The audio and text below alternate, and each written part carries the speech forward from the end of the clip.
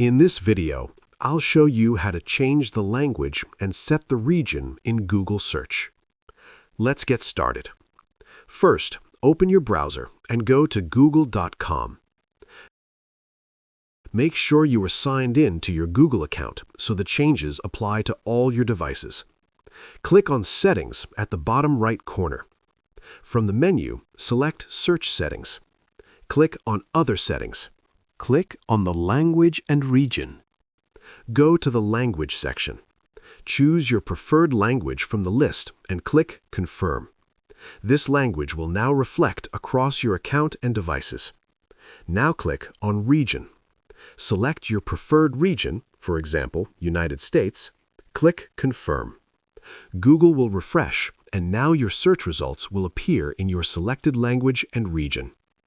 I hope this video helped you. If it did, please like the video, subscribe to the channel, and press the bell icon. Thanks for watching.